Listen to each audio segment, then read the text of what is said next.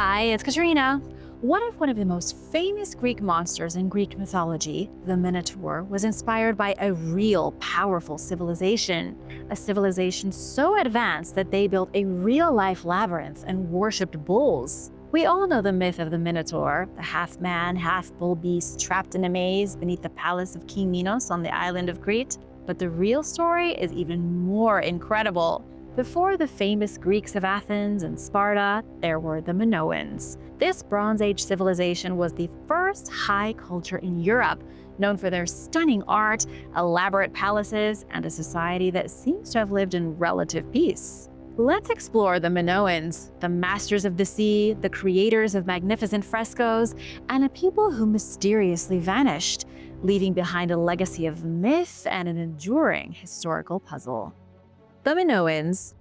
Long before the Greeks were flexing their marble muscles and the Romans were building aqueducts to show off their skills, there was the island of Crete, home to the mighty Minoan civilization.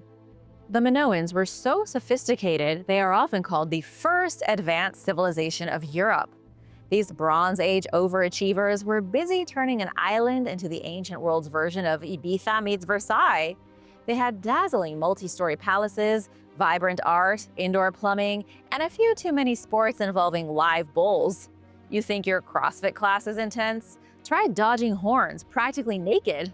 From around 2000 to 1450 BC, the Minoans were thriving. These people were setting the standard for Mediterranean fabulousness.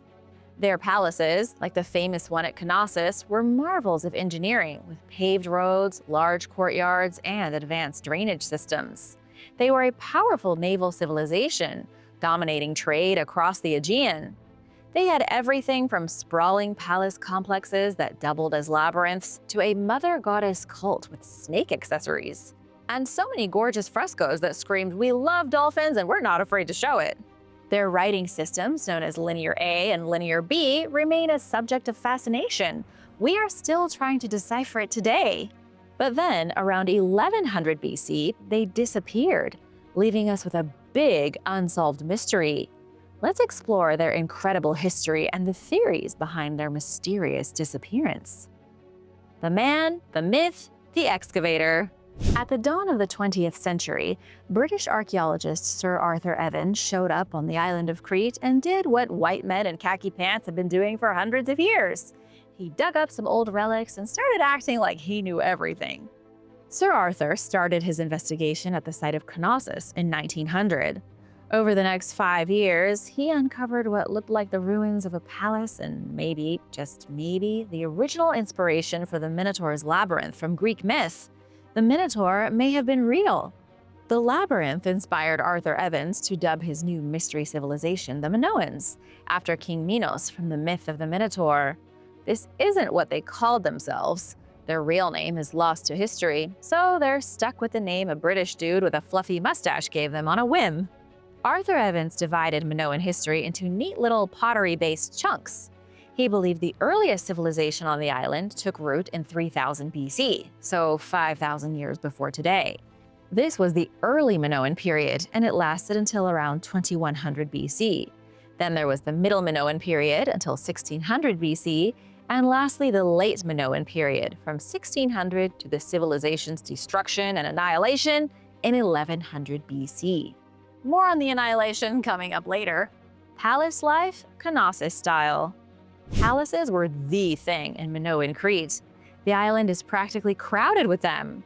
The 4 biggest are the palaces of Knossos, Phaistos, Malea, and Zakros. These were massive, multi-level complexes full of storage rooms, courtyards, shrines, flushing toilets, and possibly even theaters. Not IMAX, more like live theater, like the Minoan version of Broadway. Each palace collected stuff like grain, wine, oil, and bling, and then redistributed it to the locals. It was ancient socialism with better murals. Archaeological evidence seems to suggest that although there were indeed kings, the Minoan people were all treated as equals and given their fair share of the spoils. Despite all this grandeur and wealth, there were no walls. No defensive walls, no fortifications, no nothing. Either the Minoans were so chill they didn't expect war, or they were just really confident that no one would be brave enough to attack them. a love of bulls. If you were Minoan and didn't worship bulls, you couldn't call yourself a real Minoan. It would be like calling yourself an Italian and not talking with your hands. Bulls were a big deal on the island of Crete. In fact, they were the biggest deal. Bulls were sacred, divine, and definitely featured in terrifying sports like bull leaping. It was kind of like pole vaulting, but people jumped over bulls instead. Everywhere you look in the ruins of Crete, you see these animals. There are bull horns carved into architecture. They even sacrificed a bull annually to their patron god Poseidon, whom the Minoans believed would protect them from danger. It's no wonder the later Greek civilization came up with the myth of Theseus and the Minotaur and made Crete the location. They knew all about the Minoan obsession with bulls and turned it into a legend that, for some crazy reason, is still popular today. Most people know what a Minotaur is, even if they don't know the full story. And that's not all. Minoan religion is nuts. Scientists may not know everything about it, but what they do know is wild. Snake goddesses and sacred raves. When the Minoans weren't busy worshiping bulls, they were worshiping nature, holding rituals in caves, and adoring a snake-wielding goddess who looked like she could both bless your harvest and wreck your week. Minoan artwork found in the crumbling temples of their society shows processions, libation ceremonies, feasts, and maybe even orgies. Don't get too excited though, this isn't getting R-rated. Archaeology is fuzzy on the last point, but the artwork does seem to show some rather frisky gatherings, possibly fueled by religious frenzy.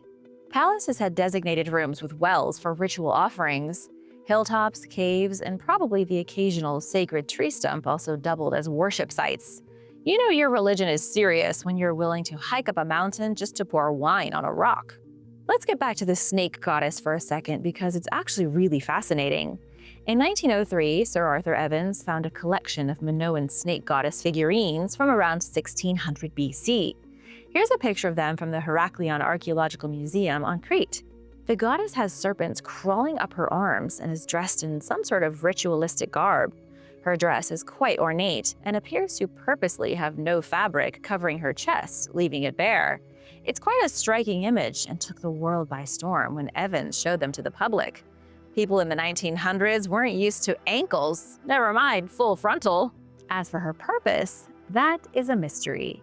Historians know she must have been an extremely important goddess, but they don't even know her name. Any guesses? So much culture. The Minoans were as extra as a Renaissance art major on espresso. They painted frescoes on walls, ceilings, and sometimes across entire rooms. Their art wasn't just pretty. It told stories, recorded rituals, and occasionally left humans out entirely to focus on dolphins, monkeys, and lilies. Because nature was the main character. The Minoans were all about the natural world. And of course, they had writing systems. The Minoans began with a primitive form of writing known as the first Cretan hieroglyphs. These weren't all that different from Egyptian hieroglyphs. Then they came up with Linear A, which as of today still hasn't been deciphered because apparently ancient Cretans were too advanced for us. World travelers with a love of trade. The Minoans loved bulls, big-chested snake goddesses, flowery artwork, dolphins, and labyrinths. But what they loved above all else was traveling the world. I'm sure you can relate. Minoans were major seafarers. Their ships crisscrossed the Aegean and beyond, trading oil, wine, pottery, and culture in exchange for copper from Cyprus, ivory from Egypt, and bling from the East. Their art ended up in Egypt. Their fresco painters got gigs in Levantine palaces. You might say they were the freelance creatives of the Bronze Age. They also influenced and borrowed from the Cycladic Islands, mainland Greece, and the Near East. Minoa was a cultural blender of all of its surrounding buddies. And then poof, one day it all fell apart in spectacular fashion. The Annihilation. Around 1450 BC, everything went to hell in a handbasket. Fires, earthquakes, possibly a Mycenaean invasion, or maybe all of the above in some apocalyptic disaster soup. Whatever happened, it shook the island to its core and left almost everything in ruins.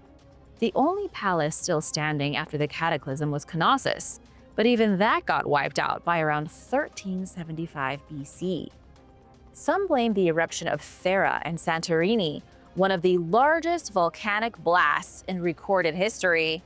Others think the Minoans just got unlucky in war and were wiped out by their enemies from the mainland. Either way, by 1200 BC, their civilization was toast, and Crete faded into the background until the archaic Greeks rolled in centuries later. The Minoans were one of Europe's first high civilizations. They made architectural innovations that helped later Greek civilization thrive. In fact, the Greeks borrowed a ton of Minoan bedtime stories, forming them into their own myths and legends. The Minoans were wild, brilliant, stylish, and mysterious, and I've barely even scratched the surface yet. Let's keep going. But first, I want to give a shout out and a big thank you to Olympus Mons and Ryan for supporting this channel. Hope you guys learned something new today. Be sure to subscribe if you haven't already for more videos like this. Hunting the Minotaur. A legendary monster, an impossible maze. Or so we thought. For centuries, people thought the whole Minotaur in a labyrinth story was pure myth. You know, a bull-headed beast lurking in some ancient maze, devouring unlucky visitors like it's an all-you-can-eat hero buffet. But here's where things get juicy. Archaeologists in Crete just stumbled across a massive ancient labyrinthine structure that is very real and extremely mysterious.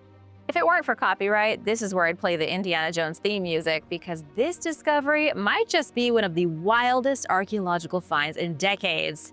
It could prove that the Minoans really did have a labyrinth, which means, dare I say it, they may have had a Minotaur too. The myth. The story of the Minotaur creature starts with King Minos of Crete, who was the son of Zeus and Europa. But he wasn't raised by the king of Olympus, but rather by King Asterion, the ruler of Crete. When Asterion died, Minos took over. His first order of business was to sacrifice a bull to the god Poseidon. So Poseidon gave King Minos a beautiful white bull for the deed. But Minos was too impressed by the bull to kill it, so he kept it for himself and sacrificed a different bull. This really annoyed Poseidon, who decided to punish King Minos. He used his sea god magic to force Minos' wife Pasiphae to fall in love with the white bull. Without getting into the horrific details, Pasiphae and the bull had a baby. That baby was the Minotaur, which King Minos was not a fan of. But he couldn't bring himself to kill it because it was still his wife's child, and he didn't want Poseidon to get even more mad. Instead, he built a labyrinth, locked the Minotaur inside it, and fed it humans.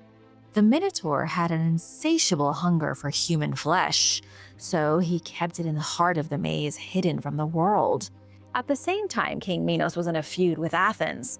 After a series of events led to the death of Minos' son, the king of Crete exacted a terrible tribute from the Athenians. Every 9 years, they were forced to send 7 young men and 7 young women to Crete to be devoured by the Minotaur in the labyrinth. All was going swimmingly until the hero Theseus showed up, slayed the Minotaur, saved the day, and hooked up with King Minos' daughter, Ariadne. The reality. Now that you know the myth, let's get back to the real world. At the top of Papura Hill, at an altitude of roughly 1,600 feet above sea level, archaeologists hit pay dirt. It was extra exciting because they weren't really expecting to find anything. They were prepping the area for a fancy new airport radar system. It didn't exactly seem like the sort of place the Minoans would have built something. But sure enough, archaeologists hit stone. And as they kept digging, they kept finding more stone. By the end, they unearthed 8 concentric stone rings wrapped around a big circular building like ancient architectural onion layers. The structure is only about 50 feet wide. The stone rings are about 5 feet tall, and the layout is complicated enough to give you vertigo and make you cry for your mom. It's not exactly an underground maze that you could get lost in for years, but it is indeed a labyrinth. Of that, there is no doubt. Who built this and when? Experts say the labyrinth-like structure was built sometime between 2000 and 1700 BC, right in the middle of the Minoan civilization's golden age. This means the labyrinth was likely standing tall while pyramids were still in fashion, and Mesopotamians were stacking mud-baked bricks into ziggurats. Sadly, there is no sign that this was some sort of monster prison. Instead, archaeologists found large quantities of animal bones scattered around the site, leading them to believe it was a ritual hangout spot. People may have climbed up into the mountains to perform goat sacrifices, or one of the Minoans' classic snake god orgies. The experts simply don't know. All we can tell is that whatever happened at this labyrinth involved animals, blood, wine, and maybe some hallucinations. What's next? Right now, archaeologists are still working to excavate the site fully. But one thing is clear: this labyrinth is a historical game changer. And in the future, anyone visiting Crete is going to see it from the air. Greece's Minister of Culture, Lina Mendoni, wasted no time visiting the site, calling the structure a landmark for the new Heraklion airport. In fact, every time a plane lands, passengers will get a bird's eye view of what might be one of the oldest VIP lounges in the world. It may not have been home to a real mythical creature, but something strange definitely happened at this mountain labyrinth. The excavation team is hoping that further research will reveal how the labyrinth connects to other Minoan religious or residential centers in the area. Until then, we are left with big questions, a giant stone maze, and a whole lot of ancient leftovers. Your move, Theseus! Was the Minoan civilization secretly Atlantis? Atlantis, that mythical, god-haunted, ocean-swallowed city that Plato couldn't stop talking about. You know the one. It's been on every conspiracy YouTube channel since the dawn of the internet. Now it turns out that Atlantis might not be as lost as everyone thought. Atlantis might secretly be the island of Crete, which would mean the Minoans were really Atlanteans. This isn't just me making things up. Serious scholars are looking at this connection. They are now saying that the legendary Temple of Poseidon that supposedly stood in Atlantis is in fact the Palace of Knossos. Remember how I told you how Arthur Evans spent 5 years excavating Knossos? It was the biggest and fanciest temple on the island, and it may have been the one from Plato's original story, which would mean archaeologists have been completely wrong about the Minoans. Now, before you roll your eyes and say, sure, and Bigfoot works at the post office, let me tell you more. Plato and Poseidon. Plato, the Greek philosopher who loved big ideas and even bigger metaphors, gave us the first full tale of Atlantis more than 2,000 years ago. In his version, Atlantis was a thriving civilization full of advanced engineering, weird rituals, and a massive temple of Poseidon in the center of the island. When people hunt for Atlantis, they refer to lots of things that Plato said. For example, that the island was bigger than Libya, that it was located beyond the Pillars of Hercules. They ignore the whole giant temple subplot. But when you take into consideration the humongous temple at the core of the island, you're left with only one logical option for the real Atlantis: Crete. The Temple of Poseidon could be the Palace of Knossos. I told you about how wealthy and powerful the Minoans were. And do you know who else was wealthy and powerful? According to Plato, Atlantis was. He described Atlantis as a powerful island empire with impressive architecture, warlike drama, and a tragic downfall. Sound familiar? It should, because that describes the Minoans perfectly. Add to that the fact that the Minoans lost a massive war to the Mycenaean Greeks around the same time their cities crumbled to dust due to natural disasters, and suddenly this Atlantis equals Crete idea doesn't sound so crazy. You know what else Plato said? He said that Atlantis' Temple of Poseidon was filled with bulls. Sacred bulls roamed freely like they were on vacation, and once in a while they were sacrificed as part of a divine ceremony. You know that the Minoans were obsessed with bulls.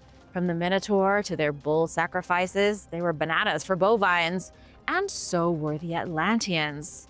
That can't be a coincidence, can it? Knossos has bull symbols everywhere. Frescoes of bull leaping, bull grappling, bull wrestling, everything short of bull TikTok dance routines. In the very courtyard where these bull games happened, archaeologists found side rooms, little mini crypts with pillars that had sacred symbols on them, and there is evidence that bulls were sacrificed on these pillars. I mean, come on, it's checking all the boxes. That's not just a match with Plato's description. That is a copy-paste job.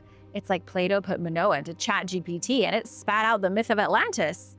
Seriously, are you at least a little convinced yet? The missing statues. There is only one area where Knossos comes up short. Plato described giant golden Poseidon statues inside the Grand Temple, but at the Palace of Knossos, a total of 0 Poseidon statues have been found. But there are hints that they once existed.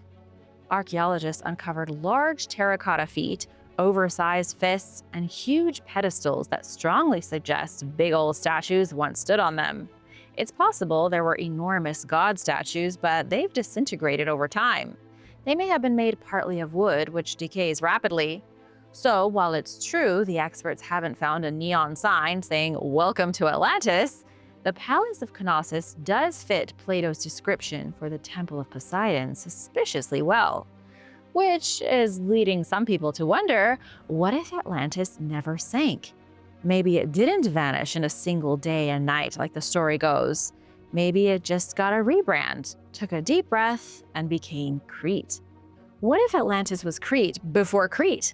What if the Minoans were the descendants of the Atlanteans, and they were merely repurposing Atlantean temples and turning them into Minoan palaces? Let me know what you think in the comments. And hit that subscribe button while you're at it. The mysterious sea peoples. The apocalypse came without a warning. Around 1200 BC, civilizations all across the eastern Mediterranean started collapsing like a badly stacked Jenga tower. Cities were torched, trade routes vanished, writing systems were yeeted into oblivion. And lurking behind the chaos was a shadowy gang of seafaring raiders that history now calls the Sea Peoples. They were, in essence, the precursors to the Vikings. They sailed around, pillaging and killing. But unlike the Vikings, who ultimately settled in England and France, the Sea Peoples crashed society and then disappeared into thin air. Scholars were desperate to find out who the Sea Peoples were and where they came from. Some say pirates, others think refugees. Maybe they were Greek warriors with an identity crisis. No one knows for sure, but some historians think these guys might have been, at least in part, Greek. And they may have come from the island of Crete. The Mediterranean's most unwanted. The Sea Peoples were nearly unstoppable. They wiped out the Hittites, the Ugarit culture, and reduced the Hazor and Ascalon to dust. They even conquered the kingdom of Alashia, located on the island of Cyprus. But perhaps their biggest victory was against the Mycenaeans of mainland Greece. The Sea Peoples slapped the Mycenaeans around like they were at a WWE match. They did such damage that the whole civilization collapsed. Plus, the destruction they wrought in other empires helped contribute to the collapse of the entire region. Everything is interconnected. A war on the other side of the world still affects people at home. In the Bronze Age, the communities of the Mediterranean were far more interconnected than people realize. Start knocking over cities, and suddenly you've got a domino effect on your hands. The Sea Peoples would have destroyed the world if not for one fatal mistake. They took on society after society, leaving trading routes broken, cities in flames, and the world panicked. And then they arrived on the shores of Egypt, where they learned a hard lesson. The battle for Egypt. Don't mess with Ramses III, the formidable ruler of Egypt from 1186 to 1155 BC. He knew the Sea Peoples were coming and was prepared. What followed was an 8-year battle for the soul of the Mediterranean. In the end, Egypt smashed the Sea Peoples, and Ramses left behind the most in-depth description of them ever found. Well, probably not Ramses personally, but his scribes wrote down everything. They confirmed the destruction of the city-states I already mentioned. They also wrote about the immense scale of the Sea Peoples' invasion. It wasn't just an army striking out against other cultures. It was a huge population moving by land and sea as they hunted for new lands to settle. While you think about it, consider this theory. The Minoans were destroyed by cataclysms. Their island was shaken to pieces by a brutal earthquake. Their towns were flooded by tsunamis. The Minoans had no choice but to flee. They took their whole population and struck out to find new lands, massacring half of the Mediterranean in the process. Then, when they got to Egypt, Ramses was like, "Nuh-uh, not today, sea fools," and he sent them packing. The Minoan connection. The idea of a Minoan connection isn't new. Historical evidence also points in that direction. By the time the Sea Peoples showed up in the Late Bronze Age, the Minoan world wasn't exactly thriving. Things were falling apart, and people were packing up faster than a closing-time flea market. It's been suggested that two groups of Sea Peoples, the Tajeker and the Peliset, may have come from Crete. See, I'm not the only one who suspects the Cretans were involved with the Sea Peoples. The Tajeker supposedly migrated from Crete to Anatolia and then settled in Dor, which is modern-day Israel. The Peliset are strongly associated with the Philistines, who, according to the Old Testament, came from a place called Kaftor. Many scholars think that Kaftor was Crete. I bet you didn't think the Old Testament was going to make a cameo today. Who were the Sea Peoples?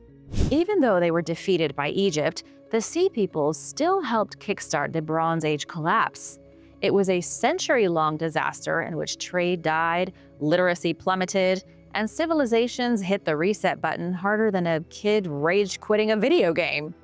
The repercussions of their reign of terror were felt for more than 100 years. But where the heck did they come from? Let's say, for the sake of being thorough, that they weren't Minoans. Who else could they have been? That's the million-drachma question. Scholars have thrown out all kinds of theories. Some experts even think the Sea Peoples weren't a single cohesive group.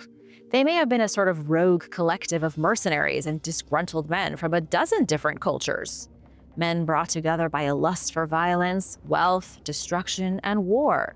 The Sea Peoples may have been an ethnic mix of people from all over, including Crete, Egypt, and Israel. They could have been a sort of pirate confederacy, a group of scurvy sea dogs hell-bent on spreading chaos. There's decent evidence that some were Cretans, possibly former Minoans. Others may have been Mycenaean Greeks who got tired of palace life and opted for piracy. But overall, the Sea Peoples probably weren't a single group with matching uniforms and a team logo, although that would be pretty cool. Decoding the ancient Phaistos disc. If archaeology had a greatest hits album, the Phaistos disc would be the cover art. It is the Beyoncé of Bronze Age artifacts, enigmatic, iconic, and endlessly analyzed. Discovered back in 1908 on the island of Crete, this mysterious clay frisbee has been giving scholars a headache for over a century. Why? Because it is covered in symbols that no one can read. In fact, no one in history has ever deciphered it. This makes it one of the rarest items in the world and one of the most important pieces of Minoan history. But hang on, because something is changing. The disc that launched 1,000 theories. The Phaistos disc was unearthed in the ruins of the ancient Minoan palace of Phaistos, like Knossos' palace's little sister. The disc is only about 6 inches wide. It's a nearly perfect circle of fired clay, stamped on both sides with symbols arranged in a tight spiral. It's like someone turned a prayer into a pasta noodle and coiled it around the disc. Archaeologists believe it dates to the Middle or Late Minoan Bronze Age, somewhere in the vague time bubble of the 2nd millennium BC. That was before Homer, before Socrates, but after Egypt came down with pyramid fever. Since its discovery, scholars have squinted at it, copied it, compared it, and cursed at it in at least 17 languages. I'm pretty sure there was even one scientist who poked it with a stick. The reason the artifact is so frustrating is that the symbols on the disc don't match any known alphabet, ancient or modern. They're like emojis with no obvious meaning. Like if you tell your friend your grandma is sick and they reply with a pencil emoji, I mean, what does that mean? Some of the symbols do bear a passing resemblance to Linear A and Linear B, the writing systems of the Minoans and Mycenaeans. Linear B, the Mycenaean writing system, was cracked by Michael Ventris in the 1950s, but Linear A is still undeciphered. The language on the Phaistos disc is even more baffling than Linear A. It's just too vague for anyone to solve. Even the newest AI models. I knew you were going to ask that. Dr. Gareth Owens, professional disc decoder. Nobody made any progress on the Phaistos disc until 2024. Dr. Gareth Owens, a linguist who has been in a 30-year relationship with this artifact, dropped a juicy bit of news. He announced that he deciphered 99% of it.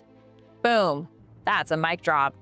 After decades of poring over symbols like they're clues in an ancient crossword, Owens claimed the Phaistos disc is a prayer to the mother goddess, specifically the Minoan goddess Astarte. Owens said that by using the vocal values of linear B and a hefty dose of comparative linguistics, he was able to read the disc. But there are some caveats. The good doctor said he read the disc, but he didn't understand it. It's a little confusing. Actually, it's super confusing. Owens said he read the whole disc without ever understanding the actual words, but somehow he was able to deduce that the disc is a holy hymn to Astarte, a sort of 4,000-year-old religious poem. Take a look at something written in Latin. You recognize the letters, right? They're the same as the letters in English or French or Spanish, but you won't necessarily know what the words mean. And this is what Owens claims he has accomplished. He can sound out the symbols on the disc, he just doesn't know what they mean. Which kind of means that Owens doesn't really know anything. And this is reflected by the larger scientific community mostly ignoring this news. You can't say you've deciphered something and then fail to produce a translation. The pregnant goddess. Still, Owens could be right. The disc could be a hymn dedicated to the mother goddess. It would fit with Minoan customs and religion. Astarte was the goddess of love, war, and hunting, but she didn't originate on the island of Crete. She came from Mesopotamia, where she was introduced as the goddess Inanna, wife of the storm god Baal. She traveled into Egypt and became a goddess there, establishing herself as a consort of Set. Astarte was adopted by most cultures of the Bronze Age. She was in Canaan, Phoenicia, and of course, Minoa. Some historians even suspect that Astarte was the inspiration behind both Artemis and Aphrodite in Greek myth. Astarte was goddess of the hunt and love, and the Greeks may have split her in half. Artemis was the huntress, and Aphrodite was the seductress. On the Isle of Crete, the Minoans depicted Astarte as a divine goddess who was always pregnant. She was the war goddess in a lot of places, but to the Minoans, she was more of a motherly figure. Owens' evidence of this comes from words that he thinks appear on the Phaistos disc and Minoan offerings to Astarte found at abandoned shrines on the Cretan mountains. In Minoa, when ancient people got stressed about health, love, war, or some suspicious itching, they often brought offerings and said prayers to Astarte. It was kind of like lighting a candle and stress-eating baklava today. Owens thinks he can read the disc because he's connected a few symbols to it, but he still has no real translation. Still unsolved. While Owens' theory is romantic, linguistically rigorous, and full of ancient goddess power, the broader academic crowd is cautious. The Phaistos disc is one of a kind. No backup copies, no alternate translations, no Disc 2, the remix. That makes it nearly impossible to verify anything with absolute certainty. Plus, a few scholars think the disc might even be a forgery. Very Da Vinci Code. The fact that no other artifact like it has ever surfaced keeps the mystery thick. And if it is a fake, Owens is going to look like a real donkey for claiming he deciphered it, poor guy. Let's all hope that this is a legit artifact and that someone will get us a translation soon. Is Astarte truly the key to the Phaistos disc? Maybe. Sure, why not? Is the disc a sacred hymn to a divine pregnant goddess? Possibly. It's not that weird of a thing to consider. Or is it actually a 4,000-year-old dinner menu for a ritual barbecue? Honestly, no one can say for sure. Thanks for watching. What are your thoughts on the mysterious Minoan civilization? And who would you like me to do a deep dive on next? Let me know in the comments below, and be sure to hit that subscribe button, and I'll see you soon. Bye!